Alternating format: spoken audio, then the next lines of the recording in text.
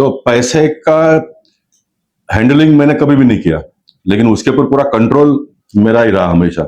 युवक मंडल हो, बोईसर जिमखाना हो, भारतीय जनता पार्टी को भी जितना मौका मुझे मिला चलाने का, फिर मुंबई भारतीय जनता पार्टी का अध्यक्ष के रूप में हो, या तो किसी भी पद पर काम किया मैंने, तो पैसे को अपने हाथ में नहीं रखा कभी भी, लेकिन पैसे के ऊपर पूरा कंट्रोल मैंने रखा। गवर्नमेंट ने फिर इसके ऊपर स्टे लाया, मैं अपनों के साथ में भी संघर्ष किया, लेकिन स्टे आज तक उठ नहीं पाई है। बोईसर जिमखाना जिसको सिल्वर जुबली हो रहा, 25 सालों का जो सफर है वो शानदार सफर रहा। ऐसी अनेक जो सार्वजनिक जगह होंगी जिन पर लोगों को लाभ मिलेगा, वो बच्चे हो या सीनियर सिटीजन हो, महिला हो, सभी लोगों को लाभ मिलेगा। इस तरह का प्रयास आगे भी जनसेवक गोपाल शेट्टी जी करते रहेंगे। माता रामो मत पिता रामचंद्रा, स्वामी रामो मत सका रामचंद्रा, सर्वस्व में रामचंद्रो दयालु नान्यम, जाने नेव जाने न जाने। मतलब राम रक्षा स्त्रोत में बुद्ध कौशिक ऋषि ने यह बताया कि मेरे माता, मेरे पिता और मेरे सखा सब कुछ श्री राम है। श्री राम का जो मर्यादित व्यक्तित्व है, और आज हम खड़े हुए हैं बोईसर जिमखाना जैसे पवित्र वास्तु में, एक एक्टिव वास्तु में, जिसकी उम्र हो रही है 25 साल, मतलब सिल्वर जुबली हो रही है। और इसके प्रणेता, इसके संकल्पना, इसके कर्ता धर्ता, इनके पीछे जो प्रयास है वो पूर्व सांसद गोपाल शेट्टी, जनसेवक गोपाल शेट्टी जी का है। और आज रामनवमी के दिन, हम रविवार के दिन, आज रामनवमी तिथि के हिसाब से और विक्रम संवत 2080 की बात करेंगे हम, तो राम का बड़ा व्याख्यात है। आज रामनवमी है साहब, और आज 25 साल पे से एक मीटिंग रखी कि क्या कार्यक्रम आयोजित किए जाएंगे बोईसर जिमखाना में, क्या कहेंगे? देखिए, जब मैं 25 साल पीछे मुड़कर देखता हूं तो मुझे अपने आप में भी ये भरोसा नहीं हो रहा है कि ये हो सकता है कि, लेकिन ये हुआ है। तो 25 साल के पहले ये जो परिसर है बोईसर जिमखाना का जो परिसर, ये बहुत ही आइसोलेटेड था। पूरी झुग्गी झोपड़पट्टी अगल बगल में था, इमारतें बहुत कम थी।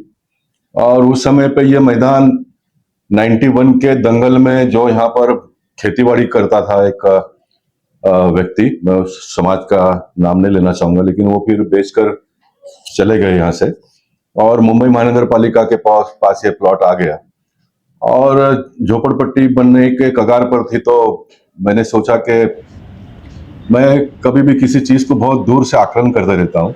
बोरीवली में जब भारतीय जनता पार्टी में मैं कामकाज में जुड़ गया, तो मंडपेश्वर सिविक फेडरेशन जो हमारे विनोद घेड़िया जी ने जिसका निर्माण किया था, 10,000 रुपए के मेंबरशिप से वहां पर उन्होंने शुरुआत की थी।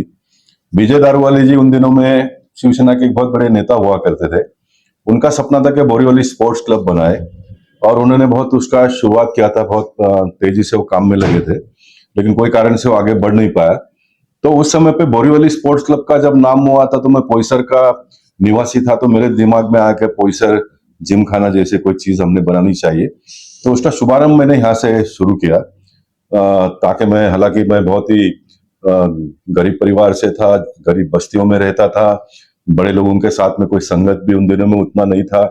तो मेंबरशिप 10,000 का भी प्रारंभ करने के लिए थोड़ा मुझे संकोच हो रहा था, थोड़ा डर भी लग रहा था। तो मैंने 5,000 रुपया पति पत्नी और 2 बच्चे ऐसा मेंबरशिप स्टार्ट किया। तो लोग हंसने लगे कि 5,000 में कोई क्लब बनता है क्या? तो मेंबरशिप नहीं बनने लोगों, 150 लोग मेंबर बने सिर्फ।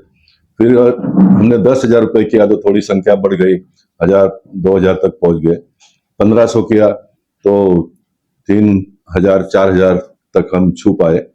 फिर किसी ने कहा कि गोपाल भाई आप इसको 50,000 करो तो बड़े पैमाने पर मेंबर आएंगे, लेकिन मुझे डर लगा और मैंने सिर्फ 25,000 किया, और 25,000 में लाइन लग गई। तो 2,000 मेंबर हमने 25,000 के किए और उसको हमने क्लोज कर दिया। देखिए, उन दिनों में हमारी जो सोच थी उसको हमने क्लोज कर दिया। कुल 8 करोड़ रुपए उन दिनों में इकट्ठा हुए थे, और ये 12 एकड़ का प्लॉट हम भारतीय जनता पार्टी और इस परिसर के जो मुझे चाहने वाले कार्यकर्ता थे, उन सारे लोगों ने मेहनत करके इसको हमने खड़ा किया। तो सिर्फ 2 करोड़ रुपए में उन दिनों में इसका हमने एक रूपरेखा इसको देने का प्रयास किया हमने, और इसका हमने पूरा किया। 2 करोड़ रुपया खर्चा करके 6 करोड़ रुपया जो बचा हुआ था उसको हमने बैंक में रखा। उन दिनों में मैं पब्लिक के पैसे का बहुत, युवक मंडल की स्थापना भी मैं की। तो आज पूरे मुंबई शहर में मुझे इस बात का गर्व है कि जिस बस्ती में मैं पैदा हुआ बड़ा हुआ, उस बस्ती का जो युवक मंडल संस्था है, उस संस्था के पास भी आज 70-80 लाख रुपए बैंक बैलेंस है। झोपड़पट्टियों की वो लोग हैं वहाँ के। संस्था में भी, हाँ, बच्चों की शादी करते हैं तो 50,000 रुपए इन दिनों में हम देते हैं, उन दिनों में 10,000 से स्टार्ट हुआ था। तो पैसे का हैंडलिंग मैंने कभी भी नहीं किया, लेकिन उसके ऊपर पूरा कंट्रोल मेरा ही रहा हमेशा। युवक मंडल हो, कोई सा जिमखाना हो, भारतीय जनता पार्टी को भी जितना मौका मुझे मिला चलाने का, फिर मुंबई भारतीय जनता पार्टी का अध्यक्ष के रूप में हो, या तो किसी भी पद पर काम किया मैंने, तो पैसे को अपने हाथ में नहीं रखा कभी भी, लेकिन पैसे के ऊपर पूरा कंट्रोल मैंने रखा। और ये बैंक में पैसा बढ़ते गया, और फिर हमने वीर सावरकर की स्थापना की। उस जमीन को हमने महानगर पालिका से लिया, 7 एकड़ का प्लॉट, वहां पर 15,000 का 2,000 मेंबर हमने बनाए। 1 करोड़ रुपया पैसे जिमखाना से लोन लेकर 4.5 करोड़ रुपया खर्चा करके उन दिनों में 7 एकड़ का प्लॉट हमने डेवलप किया। आगे चलकर 2-2 रुपए इकट्ठा करके 80 लाख रुपया पैसे जिमखानों को हमने रिटर्न भी दे दिया। 20 लाख रुपया अभी बाकी है। वीर सावरकर भी आज लॉस में, और पैसे जिमखाना भी आपकी जानकारी के लॉस में है, लेकिन ये चल रहा है तो ब्याज के पैसे से चल रहा है। फिर ये चलते चलते गवर्नमेंट ने फिर इसके ऊपर स्टे लाया। मैं अपनों के साथ में भी संघर्ष किया, लेकिन ये स्टे आज तक उठ नहीं पाई है। और फिर हम जो क्लब बनाने का, स्विमिंग पूल वगैरह बनाने का जो सपना था, वो पेंडिंग रहा। अब हम आगे इसको कर नहीं पा रहे। बहुत बार मैंने कॉर्पोरेशन को प्रयास भी किया कि प्लॉट आप ले लो, क्योंकि बार बार वर्तमान पत्र में भिन्न भिन्न प्रकार के लोग बातें करते थे, प्राइवेट एनजीओ इसको चलाते हैं वगैरह वगैरह करके। लेकिन मैं अपने परिसर के लोगों का धन्यवाद इसलिए अदा करना चाहूंगा, आज भी हम 2 ही रुपए इकट्ठा करते हैं, लेकिन पैसे जिमखाना का जो रौनक देखकर लोग कहते थे कि साहब ये 2 रुपए क्या इकट्ठा करते हो, 5 रुपया लो और अच्छा बनाओ। ये मैं इसलिए कह रहा हूँ कि जो मुफ्त में लोगों को खुश करने का प्रयास जो भी लोग करते हैं, उन्होंने इस बात को सोचना चाहिए कि लोग कहते हैं कि अब हमारे से पैसा ले, लेकिन उसका हमको सुविधा दो ईमानदारी से। तो लोग पैसा देने के लिए तैयार है, लेकिन बोरीवली के लोगों, ये 15 साल के पहले की बात है, जब महावीर नगर के लोगों ने मुझे कहा कि 5 रुपया फी करो इसका, तो उन दिनों में पेइंग कैपेसिटी मुझे लगता है कि नहीं थी बोरीवली के लोगों की 5 रुपया पर डे या तो विजिट का देने का। आज भी नहीं, ऐसा मैं मानता हूँ, इसलिए आज भी हमने 2 रुपया रखा है। कोविड के बाद में तो हमने गेट पे एंट्री कलेक्शन के लिए जो लोग बैठते थे वो भी बंद कर दिया, डब्बा रख देते हैं, फिर डब्बे में जो लोग डालते हैं चलता है। बड़े लॉस में चल रहा है इन दिनों में, लेकिन मुंबई महानगर पालिका इस प्लॉट को ले भी नहीं रही है। हमारे लोगों ने भी जितना मदद करके इसको बड़ा बनाना चाहिए वो हो नहीं रहा है, लेकिन मुझे चाहने वाले, मुझे मानने वाले, मेरे साथ में काम करने वाले लोगों ने बहुत बड़ा सहयोग मुझे दिया है। तो 25 साल का ये पूरा सफर हुआ। इन 25 सालों में ओइसा जिमखाना के माध्यम से पूरे उत्तर मुंबई में बड़े पैमाने पे गार्डन, प्लेग्राउंड का डेवलप करने का काम मेरे हाथों से हुआ। बड़े बड़े महापुरुषों के प्रतिमा, डॉक्टर बाबा साहब अम्बेडकर जी से लेकर अटल बिहारी वाजपेयी जी तक का सबका लगभग नामकरण भी सभी बड़े बड़े लाला साहब ठाकरे उद्यान, प्रमोद महाजन, वीर सावरकर जी, झांसी की रानी, सरदार वल्लभ भाई पटेल, सभी महापुरुषों के नाम पर लगभग हुआ है। कुछ अगर बाकी हो तो वो भी आने वाले दिनों में मैं कर लूंगा। मैं जब कर लूंगा कहता हूं तो आपको लगता है अभी तो एमपी नहीं हूं, मैं बगैर एमपी का भी सब कुछ कर सकता हूं, इतनी क्षमता।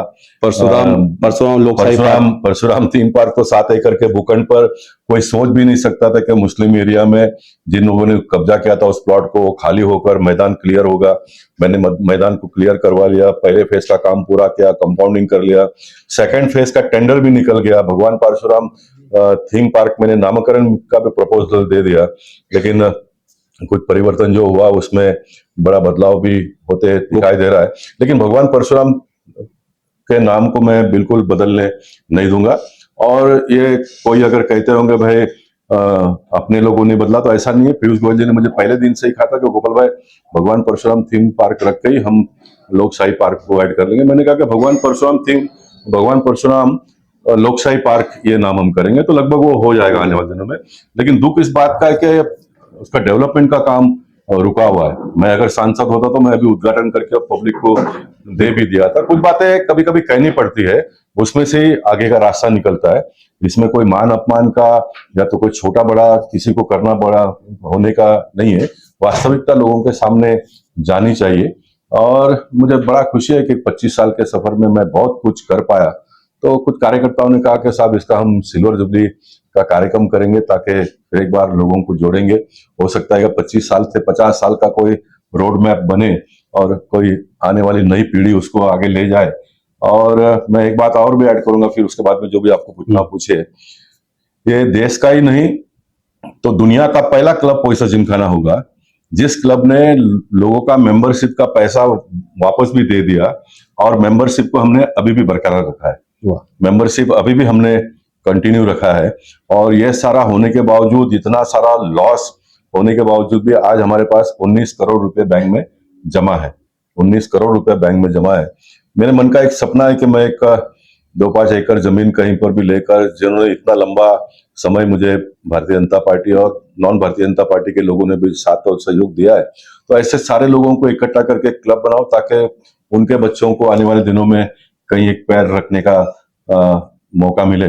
इस प्रकार का एक वास्तु बनाने का मन में है, ये भगवान ने मेरे मन में डाला है, तो मुझे इस बात का पूरा विश्वास है कि ये पूरा भी होगा। बिल्कुल। तो आज हम एक मीटिंग के माध्यम से सारे लोगों के साथ में बातचीत करके आगे का जो भी रूपरेखा हो तय करने वाले हैं। बिल्कुल गोपाल जी, जिस तरह से सर्वजन सुखाय सर्वजन हिताय का जो कॉन्सेप्ट है या। वो कहीं ना कहीं परिपूर्ण दिख रहा है नॉर्थ मुंबई में आपके प्रयासों से, कि जो काम नहीं होने वाले थे, जो पब्लिक प्लेस थी, बीएमसी की जो जगह थी, कलेक्टर लैंड थी, जो लावारिस पड़ी थी, इंक्रोचमेंट होता है, या। वहां पे आपने ऐसे लाखों करोड़ों लोगों के लिए, जनता के लिए ऐसे सुविधाजनक पार्क हो या ऐसी एमिनिटीज कर दिए कि लोगों को जो प्राइवेट कॉम्प्लेक्स में वो उसके लिए पे देना पड़ता, 5-5, 10-10 हजार मेंटेनेंस देना पड़ता, वो फैसिलिटीज की है लाखों करोड़ लोगों। जैसे पोइसर जिमखाना की बात करें, 25 साल पूरे हो रहे हैं, 25 साल में यहाँ पर लाखों लोग, करोड़ों लोग जुड़े हुए हैं, करोड़ों जुड़े, लेकिन लाखों लोग जुड़े होंगे। तो वो एक्टिविटीज के बारे में जता भाई, पोइसर जिमखाना में कैसे लाखों लोग कनेक्ट होते हैं, उनके लिए प्रोग्राम्स, उनके लिए स्पोर्ट्स के लिए एक्टिविटीज, ये सारी बातें यहाँ पर। हमारा मोहन परब नाम का जो कार्यकर्ता है वो 1000 सीनियर सिटीजन लोगों का एक ग्रुप बनाकर वो उन लोगों को सुविधा देता है। मॉर्निंग वॉकर्स का एक अलग व्यवस्था है। मुंबई में से कुछ कम जगह होंगी जहां पर आपको सुबह शाम जॉगिंग करते समय गाने सुनने के लिए मिलते हैं धुने, उसकी व्यवस्था है। और पूरे साल में आपको 50 रुपए का कार्ड ले लो और सवेरे शाम कभी भी आप आ सकते हो, इस प्रकार की व्यवस्था है। सीनियर सिटीजन्स के लिए सिर्फ 100 रुपया एक साल का भरो और पूरा एंजॉय करो, इस प्रकार की फैसिलिटी है। बहुत अच्छी सुविधा उनके लिए भी हमने बनाई है। मेरे मन में बहुत सारे कल्पना है, लेकिन समय के अभाव के कारण मैं उसको जमीन पर उतार नहीं पाया। अब भगवान ने मौका दिया है, थोड़ा ट्रांजिट पीरियड मुझे मिला है, तो निश्चित उस समय का मैं ये अच्छे काम के लिए आने वाले दिनों में उपयोग करूंगा। बिल्कुल। ये जो पोइसर जिमखाना जिसको सिल्वर जुबली हो रहा, 25 सालों का जो सफर है वो शानदार सफर रहा। ऐसी अनेक जो सार्वजनिक जगह होंगी जिन पर लोगों को लाभ मिलेगा, वो बच्चे हो या सीनियर सिटीजन हो, महिला हो, सभी लोगों को लाभ मिलेगा। इस तरह का प्रयास आगे भी जनसेवक गोपाल शेट्टी जी करते रहेंगे। मैं सुनील शर्मा, कैमरामैन माया शंकर के साथ में, MNS media news service, Mumbai.